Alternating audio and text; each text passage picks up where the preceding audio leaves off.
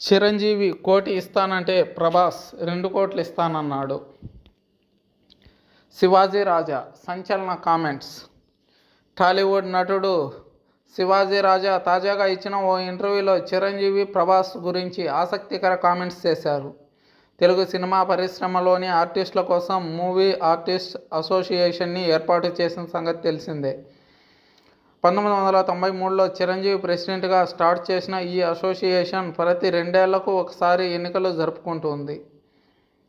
చిరంజీవి తర్వాత కృష్ణ, మురళీమోహన్, నాగార్జున, నాగబాబుతో పాటు పలువురు నటులు ప్రెసిడెంట్గా చేశారు. ఈ క్రమంలోనే 2017లో శివాజీ రాజా కూడా ప్రెసిడెంట్గా చేశారు. ఆ సమయంలో సినిమా ఆర్టిస్టుల కోసం ఓ ఓల్డేజ్ హోమ్ నిర్మించాలని భావించారు.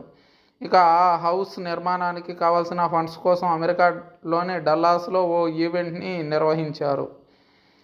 చిరంజీవి చీఫ్ గెస్ట్గా జరిగిన ఈ ఈవెంట్కి చాలామంది హీరోస్, ఇతర నటీనటులు హాజరై అక్కడ ప్రదర్శనలు ఇచ్చారు. ఇక ఈ ఈవెంట్ చేసినందుకు మా అసోసియేషన్కి ₹1,00,00,000 ఫండ్ వస్తుంది. ఆ ఫండ్నే ఓల్డేజ్ హోమ్ నిర్మాణానికి ఉపయోగించాలని శివాజీ ప్లాన్ చేశారు. కాగా శివాజీ పిలిచారని తన పనులను ఆపుకొని ఈవెంట్కి వెళ్ళిన చిరంజీవి ఎంత ఫండ్ వస్తుందని అడిగారట. దానికి శివాజీ 1,00,00,000 వస్తుందని చెప్పారట. అది విన్న చిరంజీవి ఆ 1,00,00,000 ఏదో నేనే ఇచ్చేసేవాడిని కదా శివాజీ, ఇదంతా ఎందుకు అని అన్నారట. ఆ తర్వాత ఈవెంట్ పూర్తి చేసుకుని ఇండియా వచ్చిన తర్వాత శివాజీ రాజా ప్రభాస్ను కలిశారట. ప్రభాస్ కూడా మాట్లాడుతూ ఈ ఈవెంట్స్ అన్నీ ఎందుకులేండి, ఒక 2,00,00,000 ఇస్తాను, ఆ ఓల్డేజ్ హోమ్ ఏదో కట్టేసేయండి అని చెప్పారట.